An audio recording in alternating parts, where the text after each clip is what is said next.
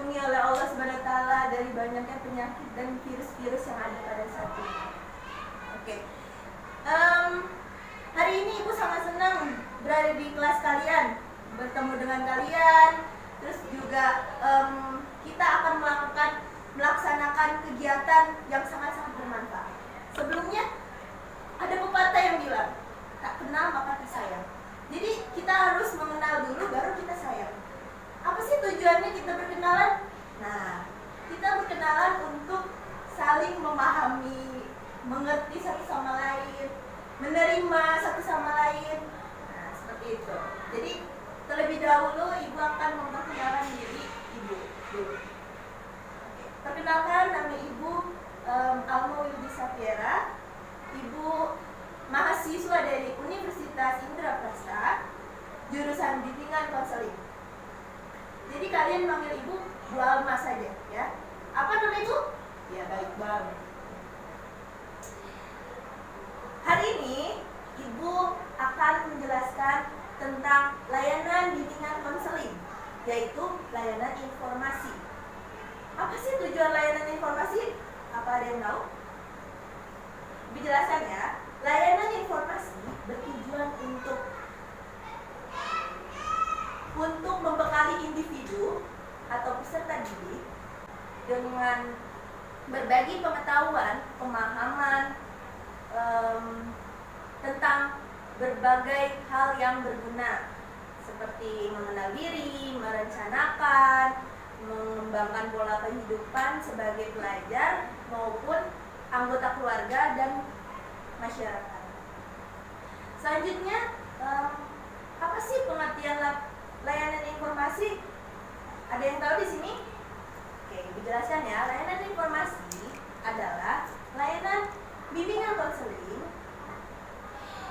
yang memungkinkan adik-adik sekalian untuk memahami, mengerti berbagai informasi yang diberikan untuk digunakan sebagai bahan pertimbangan dan untuk sebagai pengambilan keputusan. Nah, yang terpenting untuk adik-adik sekalian. Oke, topik yang Ibu akan jelaskan yaitu tentang tanggung jawab remaja. Nah, Ibu mempunyai cerita, ada satu cerita.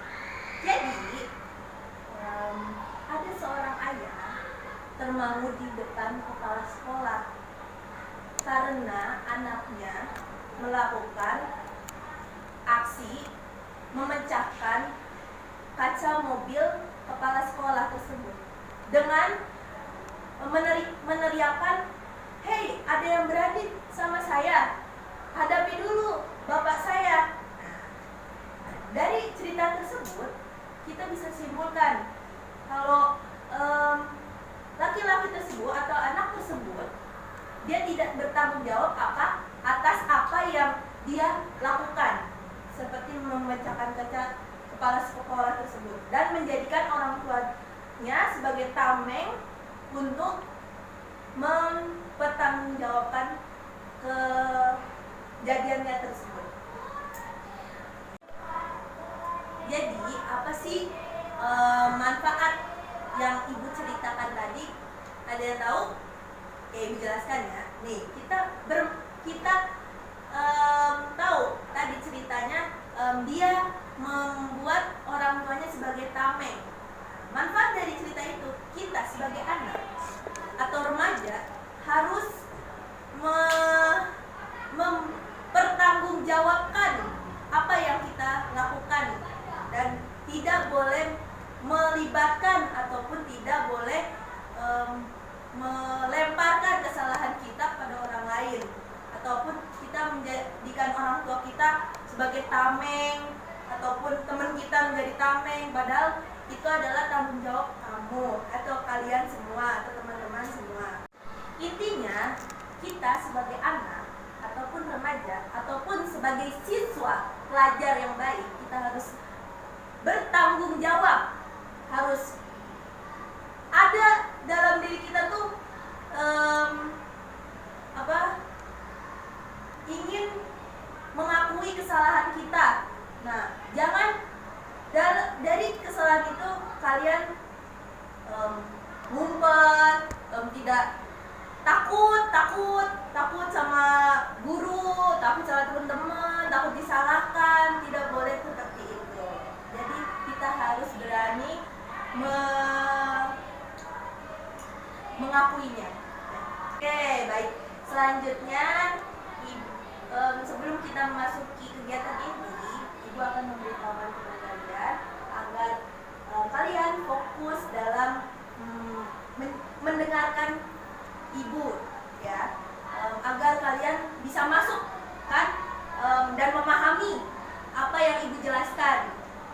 Dan juga kalau misalkan Ibu ada cerita atau ada pembahasan yang lucu, mohon teman-teman ketawanya agak dikecilin, jangan terlalu terbahak-bahak, ya, seperti itu. Nah, juga mudah-mudahan teman-teman sekalian bisa mengikuti kegiatan sampai selesai. Oke. Dan di sini Ibu juga mempunyai aturan dan tata cara dalam kegiatan hari ini. Apa sih aturannya? Nah, aturannya ini kalian kalau misalnya ingin bertanya harus mengangkat tangan terlebih dahulu. Tidak boleh berebutan agar Ibu memilih salah satu dari kalian. Dan juga kalian harus menerima pendapat dari teman-teman kalian. Dan Ibu akan memberikan tugas kelompok untuk kalian di akhir penjelasan atau di akhir materi yang Ibu akan jelaskan nanti. Oke. Mungkin sebelum kita kegiatan inti hari ini, kita berdoa terlebih dahulu, ya. Ibu akan memimpin doanya. Berdoa menurut kepercayaan masing-masing. Berdoa dimulai. Berdoa selesai. Oke, baik. Agar kegiatan kita semangat, agar kalian tidak ngantuk, kita pakai yel-yel dulu. Ya. Ibu ada yel-yel nih. Yel-yelnya seperti ini. Tepuk semangat.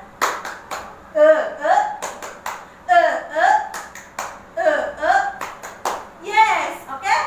Kita bareng-bareng semuanya, ya. Ya. Kita semangat agar kegiatan kita berjalan dengan lancar. Ya. Ya. Tepuk semangat.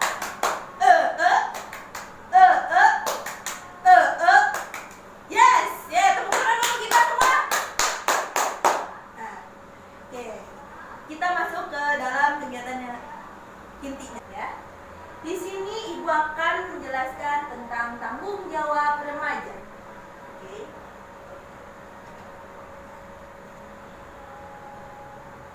Apa sih pengertian tanggung jawab remaja itu? Nah, di sini ada pengertian tanggung jawab. Dalam Kamus Bahasa Indonesia, tanggung jawab adalah keadaan di mana wajib menanggung segala sesuatu sehingga kewajiban menanggung, memikul jawab, menanggung segala sesuatunya, atau memberikan jawab dan menanggung akibatnya. Rasa bertanggung jawab merupakan ajaran yang tidak hanya perlu diperkenalkan dan diajarkan, namun juga perlu ditanamkan kepada siswa baik pada masa prasekolah maupun sekolah. Jadi tanggung jawab itu dilakukan atau diajarkan oleh orang tua maupun guru. Nah, bisa dari rumah sudah diajarkan oleh orang tua. Apa sih tanggung jawab itu? Dengan bahasanya orang tua itu tersendiri. Nah, dan di sekolah juga pasti anak-anak sekalian pasti kan diajarin sama gurunya untuk bertanggung jawab, ya kan? Nah, dengan materi tanggung jawab di dalam sekolah. Selanjutnya ada 5 macam tanggung jawab.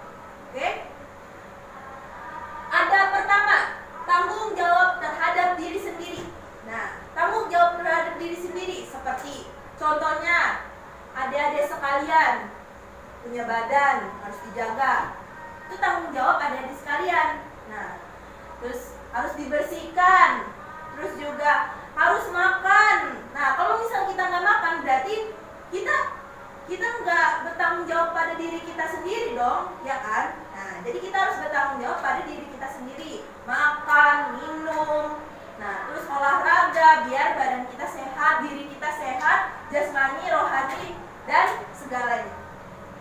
Selanjutnya, yang kedua, ada tanggung jawab sebagai anggota keluarga. Adik-adik sekalian ini kan sebagai anggota keluarga, yaitu anak, ya kan? Nah, sebagai anak, apa sih tanggung jawab kita di dalam keluarga? Ya, contohnya nih, seperti membantu orang tua, membantu ibu memasak yang buat cewek, atau membantu ayah mencuci motor, mencuci mobil. Nah, itu untuk yang cowok-cowok. Atau membersihkan taman, membersihkan rumah, membersihkan taman. Nah, terus itu tuh harus tanggung jawab anak. Nah, agar anak juga, pasti kan kalian ingin mendapatkan hak. Nah, pasti kalau misalnya ingin mendapatkan hak, kita harus melakukan tanggung jawab kita sebagai anak. Ngerti kan? Nah, seperti itu. Selanjutnya, ada tanggung jawab sebagai siswa di sekolah. Apa sih tanggung jawab siswa di sekolah? Nah, seperti adik-adik sekalian saat ini. Tanggung jawabnya apa? Belajar di sekolah dengan baik, memperhatikan gurunya, memperhatikan ibu yang sedang menjelaskan, jangan main ke sini, ngobrol ke sini. Itu tanggung jawab yang baik tidak? Tidak. Nah, sebagai siswa yang baik, kita harus memperhatikan guru, terus juga menghormati guru. Kalau guru lewat, kita harus salim, terus menyapanya, jangan lewat. Itu guru apa tuh? Aku nggak kenal. Walaupun kita nggak kenal, tapi kita tahu guru itu ada di sekolah itu. Kenapa tidak kita salami atau kita sapa walaupun kita nggak kenal, kan? Itu adalah bentuk tanggung jawab siswa. Membersihkan kelas. Nah, itu tanggung jawab siswa. Nah, seperti kita membuat jadwal piket. Nah, misalnya jadwal piket ini sehari ini, si ini bla bla bla bla bla. Nah, harus membersihkan kolong meja, membersihkan loker, membersihkan kelas yang banyak debunya. Nah, merapikan meja-meja, kursi-kursi. Nah, agar nanti kita sebagai siswa belajarnya semangat, nyaman di dalam kelas. Nah, itu seperti itu.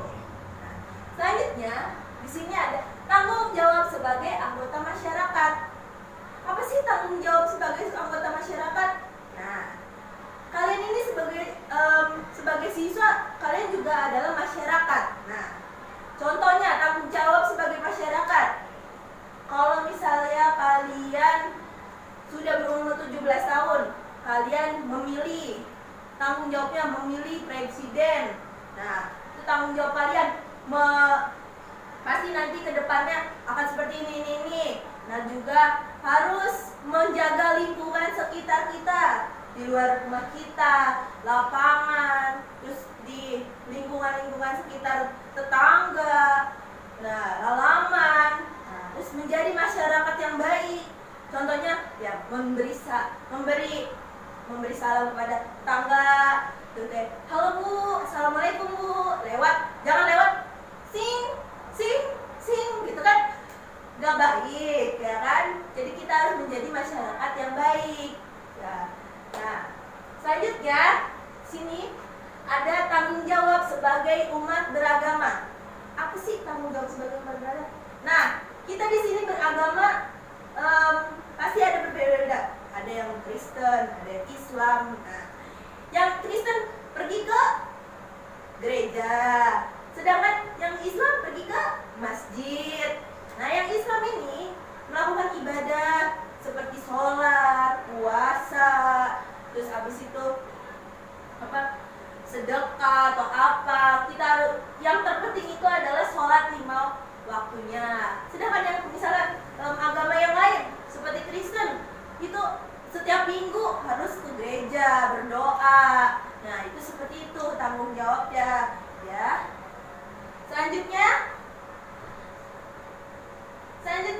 ada ciri-ciri tanggung jawab.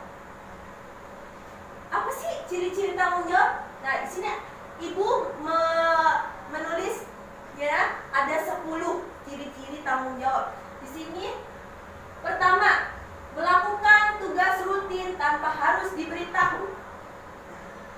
Kita sebagai siswa, sebagai peserta didik, kita harus tahu nih apa tugas kita. Nah, misalnya ada tugas dari sekolah, jangan nunggu deadline, jangan nunggu udah mepet baru dikerjakan. Nah, itu ya mungkin itu sebagian pasti ada yang seperti itu kan, nggak semuanya, tapi seperti itu. Nah, lebih baik tugas itu dikerjakan tepat waktu agar nanti tidak terburu-buru dalam mengerjakan tugasnya. Nah, itu seperti itu. Terus juga kedua, dapat menjelaskan apa yang dilakukannya. Dapat menjelaskan apa yang dilakukannya. Nah, misalnya kita melakukan ini untuk apa sih? Misalnya kita melakukan bersih-bersih kelas, untuk apa? Ya untuk kenyamanan kita semua, untuk kenyamanan teman-teman semua, agar kita bisa nyaman dalam belajar, terus semangat dalam belajar. Kalau misalnya kotor, ya kita nggak semangat dan nggak nyaman di kelas, pengennya keluar pulang. Nah, seperti itu. Selanjutnya, tidak menyalahkan orang lain yang berlebihan. Nah, tidak menyalahkan orang lain yang berlebihan. Orang lain, teman kita misalnya, punya salah nih. Misalnya dia menjelek-jelekan kita, ataupun dia melakukan sesuatu yang melibatkan kita. Nah, jadi kita sebagai yang dituduh ataupun yang terkena pasti akan menyalahkan orang lain tersebut. Misalnya contohnya yang dekat-dekat sini aja. Misalnya tiba-tiba air tumpah ke lantai dong. Nah, terus temannya marah. Nah, temannya marah nih ke teman yang satu, menyalahkan, aku kamu kayak gini, jangan kayak gini, makanya itu jadi tumpah, jadi kayak gini. Itu terlalu berlebihan. Gak boleh menyalahkan orang lain terlalu berlebihan. Kan bisa kan kita membantunya, wah tumpah ya, kita bantu bersihkan gini. Jangan langsung menyalahkan orangnya, jangan berlebihan dalam menyalahkan orangnya, kayak kamunya melupain sih gini, kamu tuh yang bersihin. Harusnya sebagai teman kita harus membantunya, bukan menyalahkan. Nah, oke, selanjutnya, mampu menentukan pilihan dari beberapa alternatif. Ya, contohnya seperti ini. Kita mempunyai alternatif kayak seperti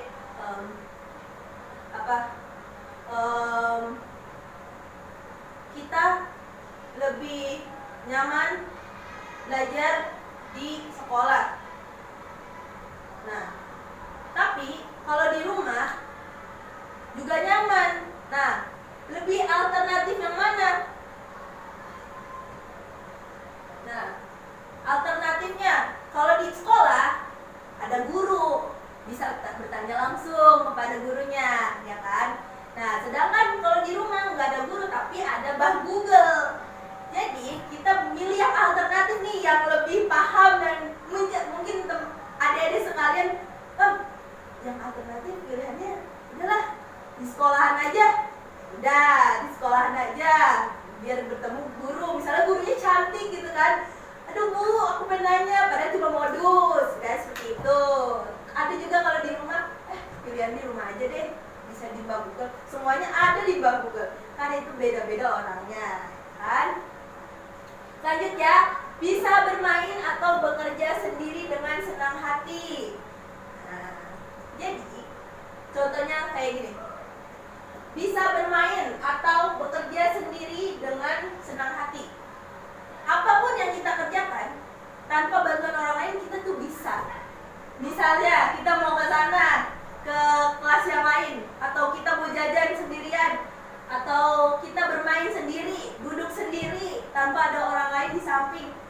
nggak masalah, yang penting kita senang aja udah. Nah, itu ciri-ciri orang yang bertanggung jawab. Jadi kayak apa yang dia lakukan sendiri nanti akan dia tanggung jawab sendiri gitu, akan bertanggung jawab apa yang dia lakukan sendiri gitu, nggak akan menyalahkan orang-orang sekitarnya. Mungkin seperti itu kan, pasti ada di sini kayak sendirian, mojok sendirian gitu, lebih senang mojok sendirian gitu, kayak aku lebih enakan sendiri, belajar sendiri daripada sama temen gitu kan. Itu kan masing-masing orang pasti ada gitu. Seperti itu. Nah, lanjut ya. Selanjutnya, bisa membuat keputusan yang berbeda dari keputusan orang lain dalam kelompoknya. Nah, bisa memutuskan keputusan, membuat keputusan sendiri dalam kelompoknya. Jadi dalam kelompoknya nih, misalnya ditanya, kamu setuju gak ini? Pasti kan semuanya setuju. Nah, pas di dalam satu kelompok itu ada satu orang yang maaf, saya tidak setuju gitu misalnya. Nah, pasti akan mengeluarkan pendapat yang lain, misalnya tentang ketua kelas. Setuju gak kamu ketua kelas ini? Gitu kan? Setuju. Yang kedua, setuju.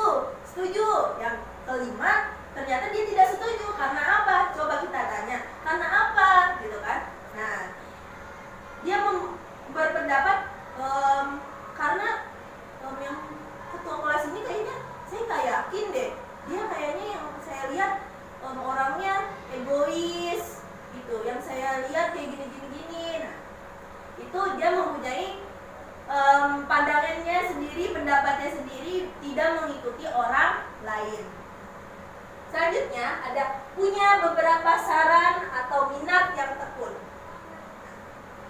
Biasanya orang yang bertanggung jawab itu mempunyai saran dan minat yang tekun. Misalnya, aku mau jadi guru. Oke, itu dari pasti dia belajar banget, tekun banget. Kadang minatnya itu ingin menjadi guru, terus harus menjadi orang yang bisa ngajar seperti guru lah gitu.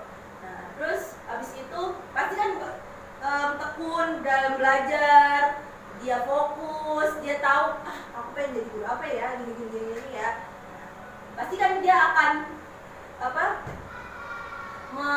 bertanggungjawabkan apa yang dia akan lakukan.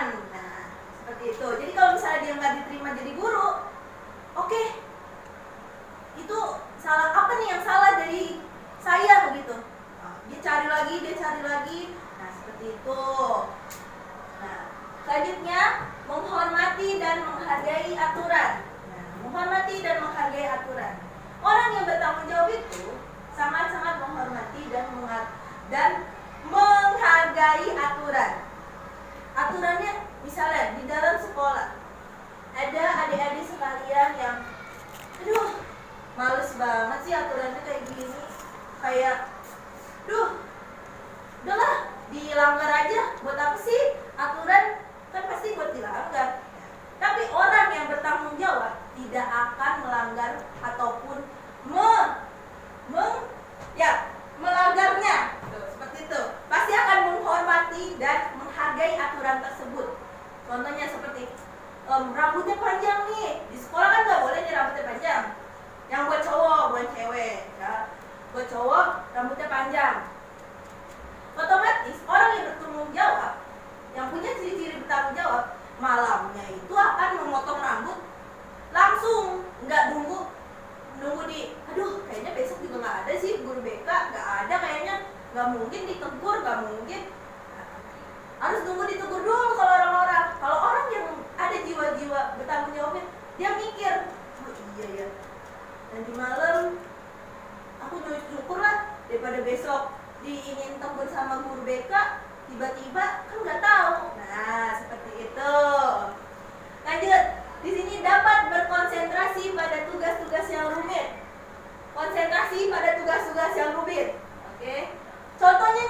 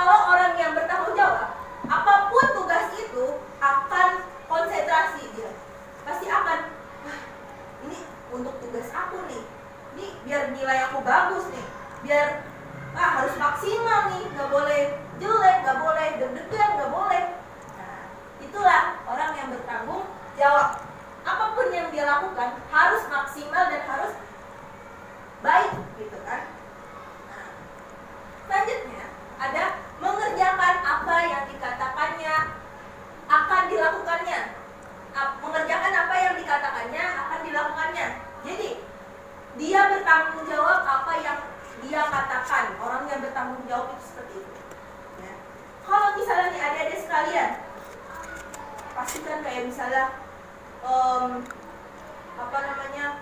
punya teman, aku ini deh besok janji deh mau beli kamu ini gitu. Tiba-tiba besoknya maaf ya uang aku nggak ada gitu. Itu ingkar janji itu tidak menepati apa yang dikatakan dia, padahal dia besok kemarin oke deh kita besok beli ini gitu, aku akan kasih ini gitu kan.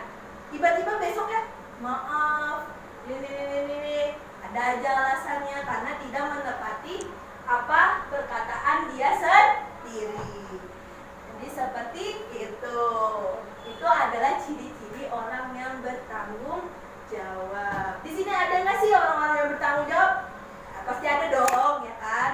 Di sini aja kalian sudah bertanggung jawab sebagai siswa yang baik setelah mendengarkan ibu, ya kan? Tuh. Selanjutnya, selanjutnya ibu akan memberikan masing-masing tugas. Pasti tugasnya ini yaitu membentuk kelompok. Membentuk kelompok 5 orang untuk membahas apa yang kalian ketahui sebagai siswa tentang tanggung jawab di sekolah, dan sebutkan contoh yang kalian ketahui tentang tanggung jawab di sekolah. Jadi kalian tulis di situ apa aja contohnya, apa aja yang kalian tahu tentang tanggung jawab di sekolah, tanggung jawab kalian sebagai siswa di sekolah, ya. Baik, terima kasih kepada masing-masing perwakilan masing-masing kelompok yang sudah menjelaskan apa itu tanggung jawab yang ada di sekolah dan contoh-contoh yang ada di sekolah. Ibu yang mendengarkannya sangat puas apa yang dijelaskan oleh kalian semua. Kalian sudah bagus sekali, udah oke sekali, udah mantap, udah mengerti apa yang ibu pahami tadi, udah ibu jelaskan tadi. Baik, selanjutnya apakah ada yang masih belum paham mengenai tanggung jawab remaja ini? Kalau misalnya ada yang belum tahu atau belum mengerti, boleh angkat tangannya jika ingin bertanya. Ya. Oke? Ya. Terima kasih. Sebelumnya, selanjutnya kesimpulan. Kita sudah melakukan kegiatan hari ini dan ibu sudah menjelaskan dan memberikan materi tentang tanggung jawab remaja. Ibu akan memberikan pertanyaan kepada ananda sekalian, ya. Oke, ibu kasih pertanyaan yang pertama. Ada yang tahu tidak apa artinya tanggung jawab? Boleh tunjuk tangannya kalau tahu? Oke, ya.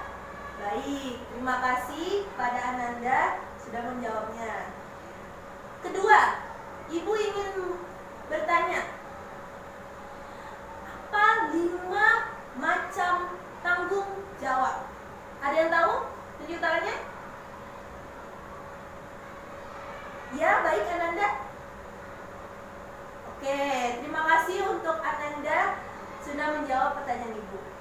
Selanjutnya, yang ketiga, apa saja sih ciri-ciri orang yang bertanggung jawab? Tadi ibu sudah menjelaskan. Ada yang tahu? Ada yang ingin menjawab? Silakan tunjuk tangannya. Ya, baik. Silakan jelaskan. Baik. Terima kasih kepada Ananda sekalian sudah menjawab pertanyaan ibu. Wah, ibu sangat senang ternyata Ananda sekalian, anak-anak ibu sudah memahami dan sudah mengerti apa yang Ibu jelaskan tadi. Ya, baik Ananda sekalian, demikian kegiatan hari ini. Mohon maaf jika Ibu ada salah ataupun perkataan Ibu dan penjelasan Ibu yang salah, mohon dimaafkan. Ya. Mungkin kedepannya kita akan bertemu lagi dengan materi yang berbeda. Dan kita sama-sama akan mendiskusikannya sama-sama lagi. Ya. Demikian, terima kasih sudah mengikuti kegiatan layanan BK hari ini.